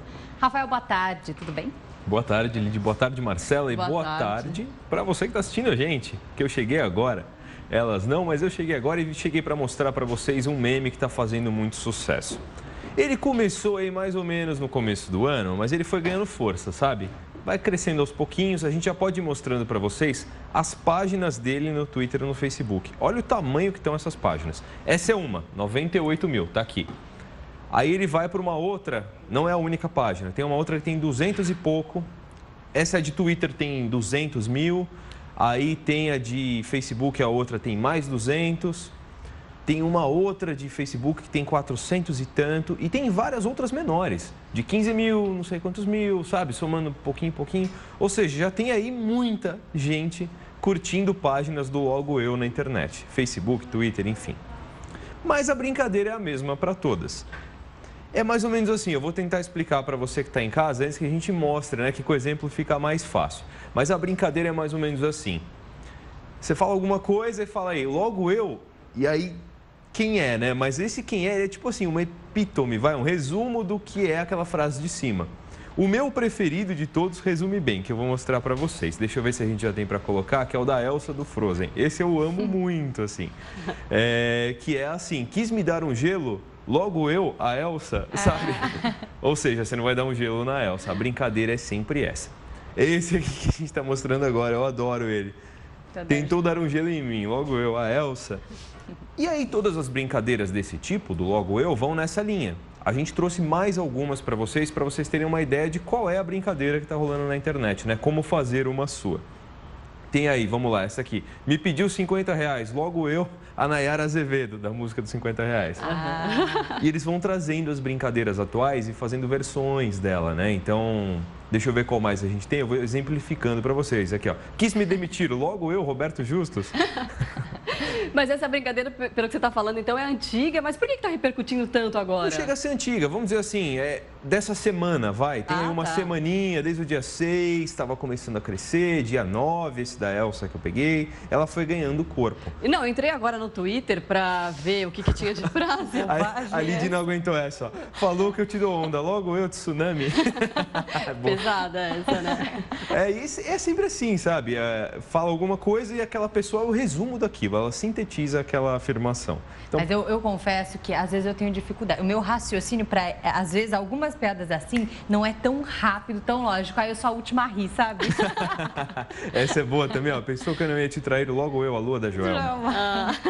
Então, se você em casa quiser fazer a sua versão desse meme, a brincadeira é essa. Você fala alguma coisa e, logo eu. E é aquela pessoa que sintetiza. E qual é a sua versão, Calisto? A minha? Ai, não sei, vou ter que pensar uma pra mim. Eu vou tentar fazer uma versão minha de logo eu. Passou uma que eu não entendi até agora. Tô pensando, Vamos lá. Do forninho, tentou me derrubar? Vamos explicar pra quem tá em casa, então? Eu já te explico e quem tá em casa vai entender. A do forninho é assim, tinha um meme que era da Giovana, segura esse forninho. Lembra disso? Sim, que caiu o forninho e a menina não conseguia segurar? Um forninho micro-ondas que ela tava segurando. Como que é o texto? O texto ele é mais ou menos assim, né? Quis me segurar, logo eu, forninho. Tentou me derrubar logo... Tentou me derrubar logo eu, o forninho, porque ela derrubou o forninho, entendeu? Então tem as versões das brincadeiras, enfim, de todos os outros memes antigos. É o meme do meme, né? Exato, tem que ter isso bem atualizado para tentar de todos os memes. Entender as piadinhas, né, que surgem. Legal, e pegou febre geral, né? Todo mundo quer fazer o seu logo eu, né? Eu tomei um susto, assim, porque eu vi ele crescendo, né? E de repente tinha página de 400 500 mil, outra de 200 mil, outra de 100 mil. E muita gente, né? Ele alastrou muito rápido. É meme isso, né? Ele alastra muito rápido. Não, e essa onda te pegou logo você? Todo pesado, né? Exato, logo eu tô entrando nessa agora só, mas é que o meme é assim, né? Às vezes ele alastra muito rápido, às vezes ele passa uns dias, mas, pô, uns dias, acho que ele foi rápido demais, né? Para ganhar 400 mil fãs aí numa semaninha, cresceu muito. Mas tem uns aqui pesados, eu tô lendo um aqui agora que diz assim, andou dando em cima do meu boy, logo eu que vou tirar a habilitação só para te atropelar? É, tem umas assim. Não, mas tem alguns que são bem bacanas com relação ao próprio nome, né, da pessoa. Tem a nossa editora também de redes sociais, Larissa Chaves, o nome dela, e ela já criou tentou me prender em casa, logo eu, Larissa Chaves. Muito bom, muito Parabéns, bom. Larissa. Que piada do tio do pavê, hein, Lari? Pelo amor de Deus. Tentou me trancar em casa, logo eu, Larissa Chaves. Parabéns, Larissa. Muito boa essa. É legal quando a pessoa consegue usar o sobrenome, né? No meu caso, eu não... Raal, Maciel Raal, acho que eu não consigo usar em lugar nenhum. Muito, não faz mas sentido. A gente pode preparar um pro Chayuri aí, quem sabe, né? Então. Mas a Larissa, eu acho que ela zerou a brincadeira. Parabéns, Larissa. Tô muito orgulhoso. Mas a Aline Rocha, nossa editora-chefe, ela também fez, ó. Quis me enfraquecer, logo eu, Aline Rocha? É bom também. Não é o nível Larissa ainda. Eu acho que se ela fizer ali um workshop com a Lari, talvez ela chegue naquele nível do tio do pavê que a Lari já chegou, sabe? Mas bacana. É isso, é a criatividade que desperta, né, nas pessoas. Isso. O meme, Lídia, ele é muito... Acontece muito isso, né? O meme, ele é marcado pela repetição. Todo mundo faz a mesma coisa. Só que cada um faz a sua própria versão. Adapta para si mesmo ou para alguma coisa específica. Isso é o meme. Para explicar para quem está em casa, né? Por que é um meme? É por isso. Não, boas as sacadas. Muito Gostou? Boas. Gostei, muito legal. E a gente tem um outro assunto que aí é um pouquinho mais denso, um pouco mais importante, mas que é legal a gente trazer também. O Facebook ontem emitiu um comunicado geral, em inglês mesmo, na página de mídia deles, que é uma iniciativa para o jornalismo. Eu trouxe até a imagem aqui para a gente colocar, que foi o textão, assim, o texto é enorme em inglês, mas eu vou sintetizar para vocês, vou sumarizar aí o que eles falaram. Basicamente, para quem acompanha sempre a gente aqui, vai entender mais fácil. Ontem eu trouxe a notícia falsa do Trump, não trouxe? O combate é contra essas notícias falsas. Para vocês terem uma ideia, a primeira vez que eu vi a notícia falsa do Trump, que era uma notícia falsa da CNN, eu vi no Facebook. Chegou ali na minha timeline do Facebook, o Twitter vai acabar com a conta do Trump. Tomei um susto, né? Falei, nossa, não é possível. Passou um pouquinho, descobriram que era falso, ficou bem claro, mas chegou pelo Facebook. E o Facebook, preocupado com isso, agora tem essa iniciativa.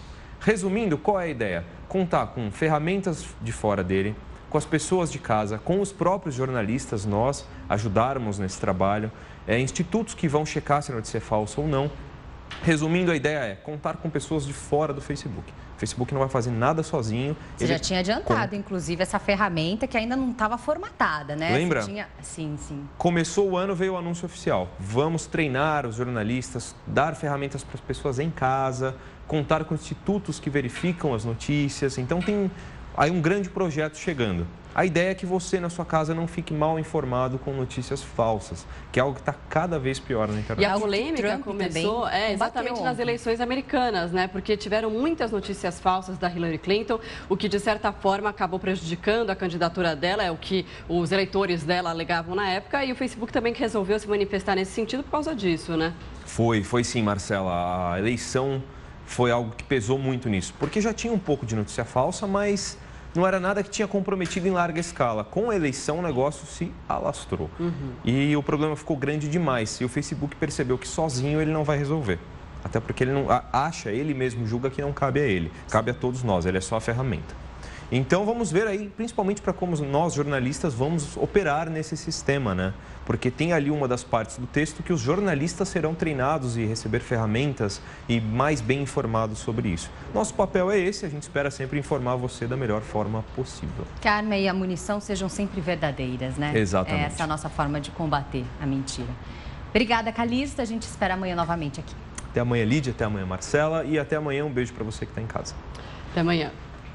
Bom, a gente segue agora com outros destaques, porque mais de 40 pessoas foram detidas depois que um ônibus foi destruído no Rio de Janeiro. Essas imagens que a gente vai mostrar agora mostram exatamente dezenas de pessoas saindo do ônibus na Avenida Nossa Senhora de Copacabana, com a Rua Prato Júnior em Copacabana. Eles saem até por cima, pelas portas e janelas do coletivo, como a gente mostra nas imagens.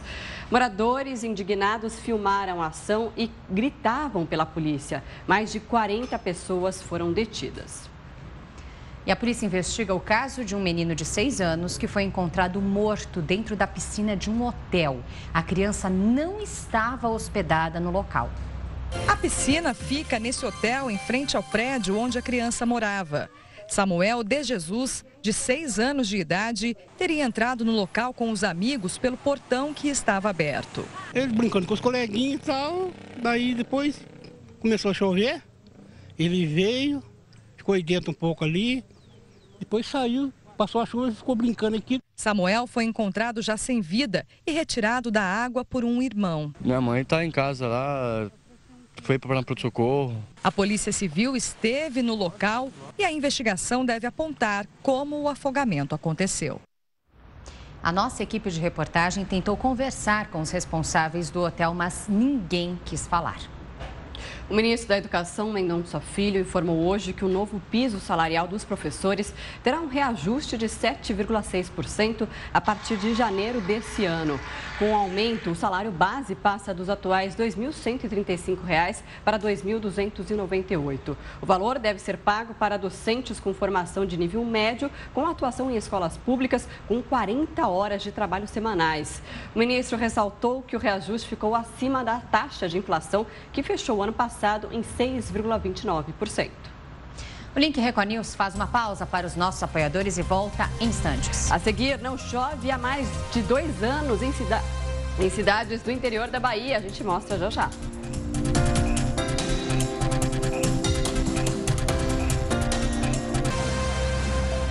Meio-dia, 34 minutos, Link Record News de volta com a sua participação agora. É momento de interatividade. Hoje, na nossa enquete, nós colocamos um caso de um empresário que foi sequestrado em São Paulo e libertado 20 horas depois. A quadrilha presa contava com a participação de adolescentes menores. E por isso, a gente pergunta para você se você acha que menores de 18 anos devem responder por crimes. Vote pela hashtag Link Record News, compartilhe também o que você acha pelas redes sociais, ou ainda registre a sua opinião pelo nosso WhatsApp, DDD 11 95307 1851. A gente espera a sua participação até a segunda edição, onde vai aparecer aí o resultado oficial da enquete do dia para você. Participe.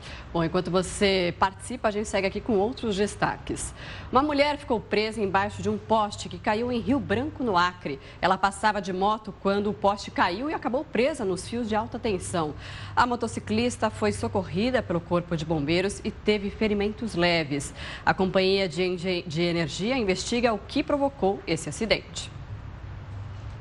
E não chove há mais de 2 anos em cidades do interior da Bahia. O gado morreu e a plantação secou. A única água que abastece milhares de pessoas vem de caminhões-pipa. Uma realidade dramática para a região do Nordeste, que enfrenta a pior seca em mais de 100 anos. Nunca choveu tão pouco por tanto tempo. São 5 anos de estiagem. Na Bahia, 60 cidades estão em situação de emergência. A história se repete em outros 700 municípios nordestinos.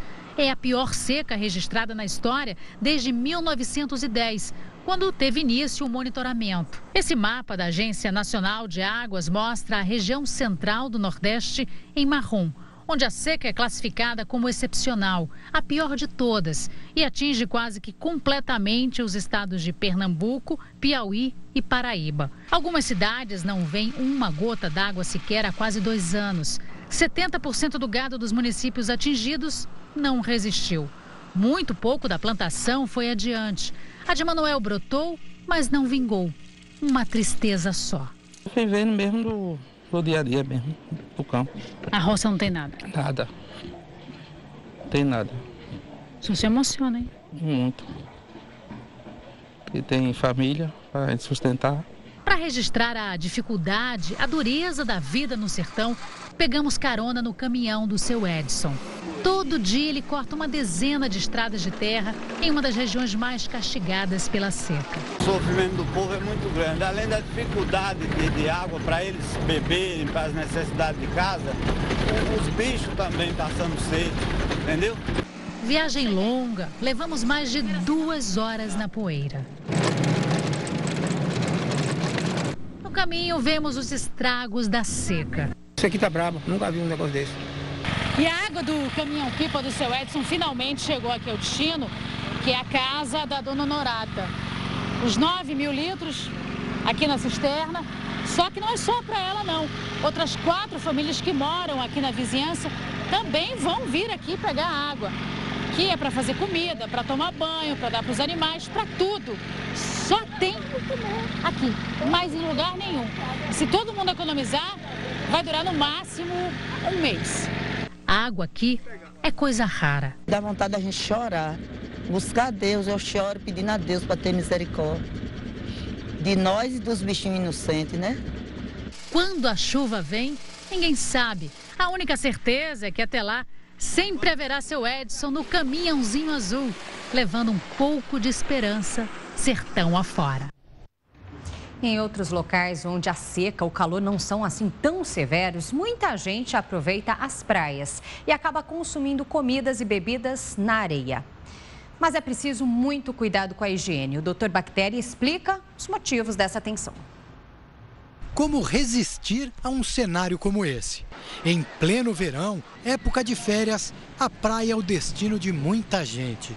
Água, areia, diversão.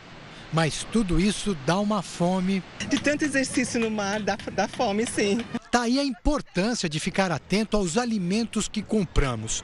A família Batista veio unida a aproveitar o Guarujá. São atentos com o que é oferecido na areia, principalmente para a Sara. Aqui a areia bate na comida, então a gente traz mais coisa aqui de pacotinho mesmo, abre, come, fecha. O doutor Bactéria veio para ajudar na escolha dos petiscos. A primeira parada foi no carrinho da raspadinha. Colorida, geladinha, mas pode ser um perigo. Tem uma dica. Você vai fazer o seguinte, pega um pouquinho só de gelo e coloca em meio copo para mim, só de gelo, sem nada. A hora que dissolver, se a água ficar amarelada é que não é potável. O resultado do teste rápido foi aprovado pelo doutor e pela clientela. O seu Eustáquio tá? Obrigado, doutor. Aprovado? Obrigado. Milho verde cozido está entre as comidas favoritas do litoral. Muita gente adora. Afinal de contas, é leve e cai bem, combina com o calor. Na maioria das vezes a gente encontra os pontos de venda assim, ó. Panela com fumaça saindo, milho no fogo. Mas, doutor, mesmo assim, dentro da panela, desse jeito que a gente vê aqui, existe algum risco? Desse jeito não, desse jeito não. Mas se por acaso ela estiver com pouca quantidade de água, o milho inclusive até para fora do nível da água e não saindo esse vapor, aí é muito arriscado, pode dar doenças alimentares, intoxicação, diarreia, muita coisa. É bom dar uma olhada nos talheres usados pelo vendedor. Achei muito limpinha, muito bem organizada. Agora na barraca do pastel, repare que a Jéssica lava as mãos e os talheres. É ela quem prepara o alimento, mas quem recebe o dinheiro é o Beto. Além disso, tem mais detalhes a serem observados na hora de escolher a barraca de pastel. Repara, olha, não está saindo muita espuma, como se você tivesse colocado detergente, não está. E fundamental, não sai aquele vapor, como se você estivesse saindo muita fumaça. Tanto espuma como fumaça, esse vapor, é característico de óleo velho, que pode ser até cancerígeno. O Ricardo foi confiante no pastel escolhido. Tá bem arrumadinho, acho que a gente pode confiar. Água de coco é ideal para enfrentar esse calorão. Tudo armazenado no compartimento refrigerado, conforme a recomendação. Aqui, o doutor dá mais dicas. Higiene do carrinho, aspecto aqui do menino bonitinho, protetor de cabelo, tudo arrumadinho. A higiene da faca também que vai cortar, que vai ter contato. E principalmente aqui, cadê o canudo? Cadê o canudo? Tá ali o canudo, olha. Se o canudo, olha, ele tá limpinho, Tá fechadinho. A gente tem que olhar e ter certeza que vai, pelo menos visualmente, vai estar sem bactéria. O vendedor de queijo é aquele que a gente escuta de longe. É o queijo assado, é o queijinho. O seu Madruga prepara os espetinhos há vários anos. É cheio de cuidados para agradar a clientela. Quantos o senhor carrega normalmente? 4, 5 pacotes para não esquentar. O resto está no gelo, no carro de minha esposa do cogumilhão na frente. Quer dizer, à medida que vai acabando... Vou pegando mais, abastecendo, para não esquentar, para não fazer mal, né? E aí, doutor Bactéria, essa estratégia ajuda mesmo? Então tem que ser mantido uma refrigeração, tem que ser mantido uma temperatura baixa e principalmente tem que ser um produto que é inspecionado pelo Serviço de Inspeção Federal ou Municipal. Tudo sob a devida supervisão. É só aproveitar os petiscos de verão, sem riscos. A gente aproveita e faz agora uma pausa para os nossos apoiadores e volta em instantes. Veja a seguir mais informações, a gente traz mais detalhes sobre toda a crise penitenciária e também sobre o mercado pet que ganhou uma novidade. A gente mostra já já.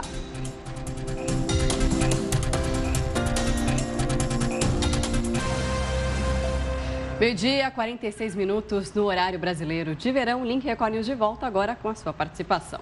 Na nossa enquete hoje colocamos o caso de um empresário que foi sequestrado e libertado em São Paulo depois de 20 horas de cárcere. A polícia descobriu a quadrilha, então suspeita por esse crime, e foram identificados integrantes menores, criminosos menores, então, que participaram desse sequestro. Por isso, perguntamos para você se você acha que menores de 18 anos deveriam responder por crimes. Hashtag Link Record News pelas redes sociais para votar e participar, ou ainda utilize o nosso WhatsApp para isso, DDD 11 95307 1851. E a gente já tem participação, vamos dar uma olhadinha agora aqui na tela. Participação que chega do Romério, de São Domingos do Cariri, Paraíba. Sim, nos dias atuais, todos começam a ter noção das coisas muito cedo. A redução da maioridade penal pode não ser a solução, mas é o primeiro passo, é o que pensa o Romério. Obrigada. Tem agora a mensagem do Marcos, de Guarulhos, São Paulo. Diminuir idade penal não adianta se não mudar o Código Penal. Obrigada, Marcos.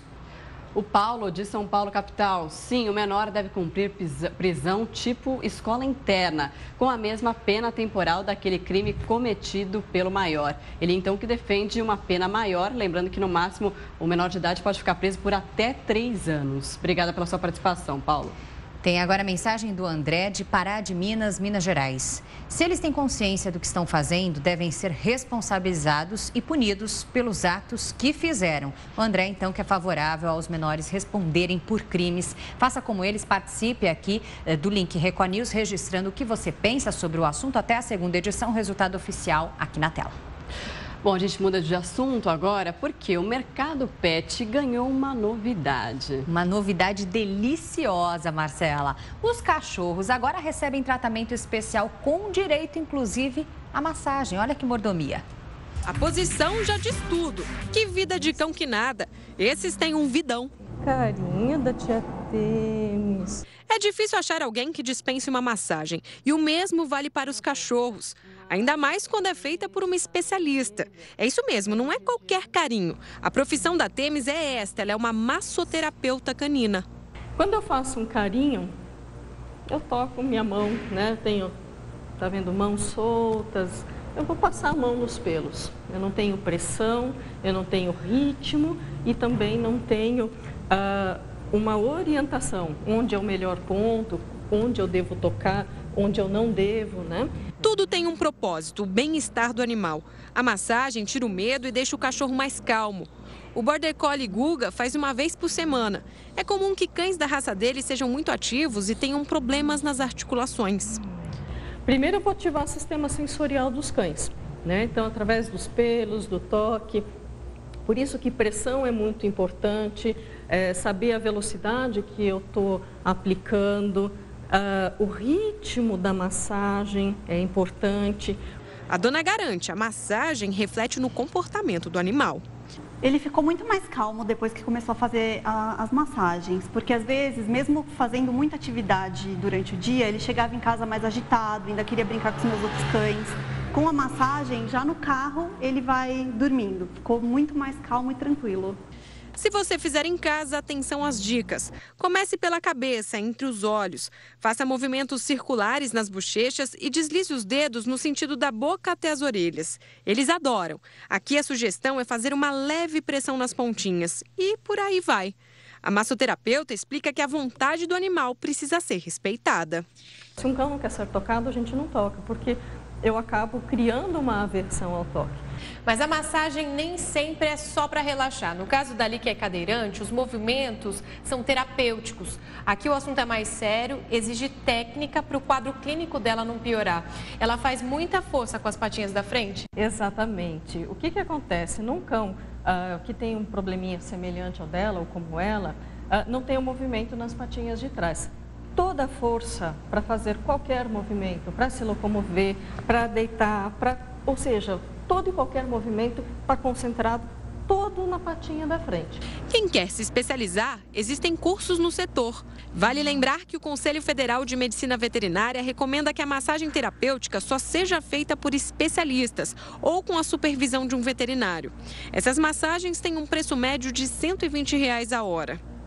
Eu já queria sair para brincar, aguentava mais tempo no carrinho para brincar, mudou muito.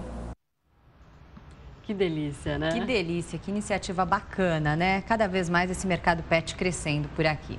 Bom, Link Record News faz uma pausa para os nossos apoiadores e volta em instantes. A seguir, Renan Dalzotto é o novo técnico da Seleção Brasileira Masculina de Vôlei. E ainda, Cruzeiro, Fluminense, Santos, Flamengo e Corinthians se classificam para mais uma fase da Copa São Paulo.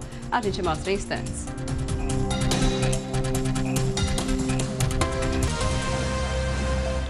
Meio-dia, 54 minutos no horário de Brasília. Link Record News de volta, agora falando de futebol.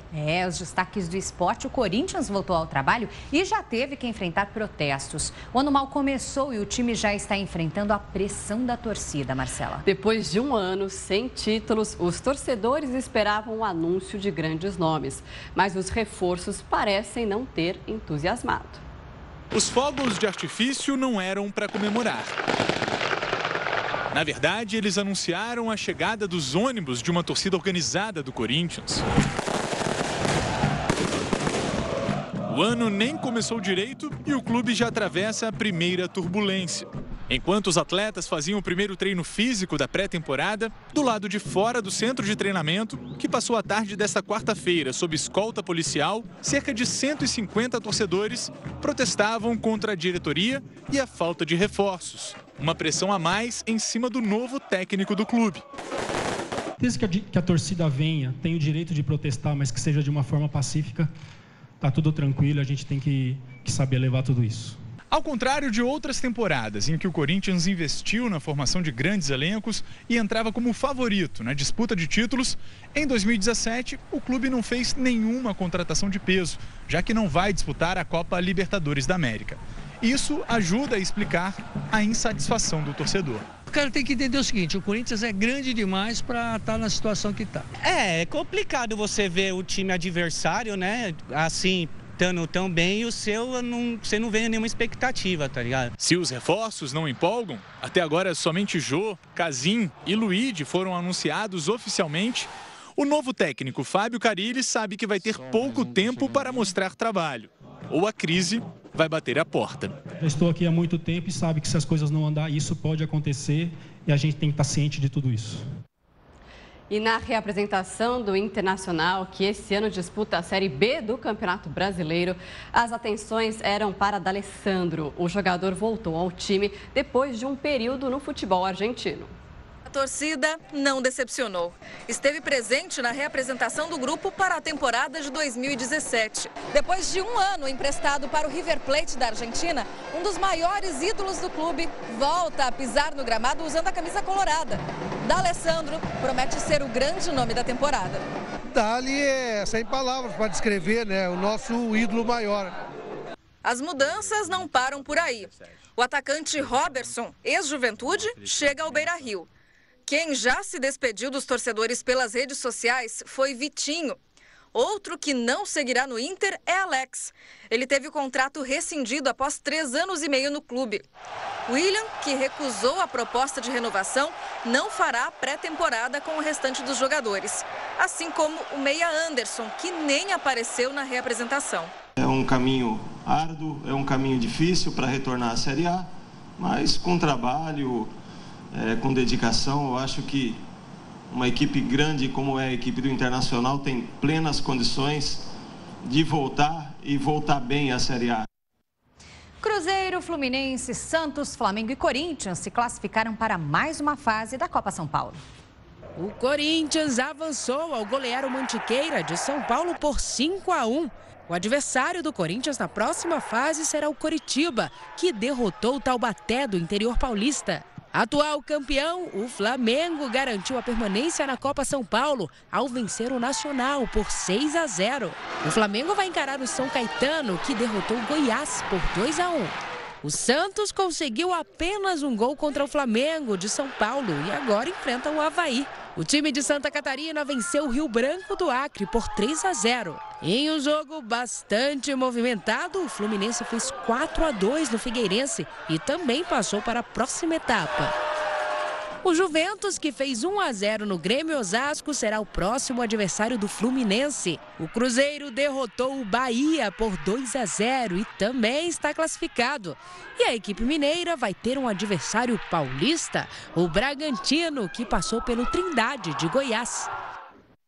Renan Dalzotto é o novo técnico da seleção brasileira masculina de vôlei. Ele vai substituir Bernardinho, que optou por passar mais tempo com a família. Como técnico da seleção, ele conquistou 3 mundiais, 8 ligas mundiais e 2 Olimpíadas, a última no Rio de Janeiro, no ano passado. Foram quase 16 anos à frente da equipe. O novo técnico, o ex-jogador Renan Dalzotto, vem atuando como diretor de seleções da Confederação Brasileira de Vôlei. Boa sorte para ele. Esta edição do Link Record News fica por aqui. Se você quiser sugerir algum assunto para o jornal, muito fácil. Mande uma mensagem para o nosso WhatsApp, participe nas redes sociais, use a hashtag Link Record News. Acesse a nossa página no Facebook, no nosso Twitter, entre na página da Record News do Portal R7. O Link Record News vai ao ar em 2 edições, às 11 da manhã e às 3 da tarde. Record News, informação para você crescer. Até logo mais. Até já.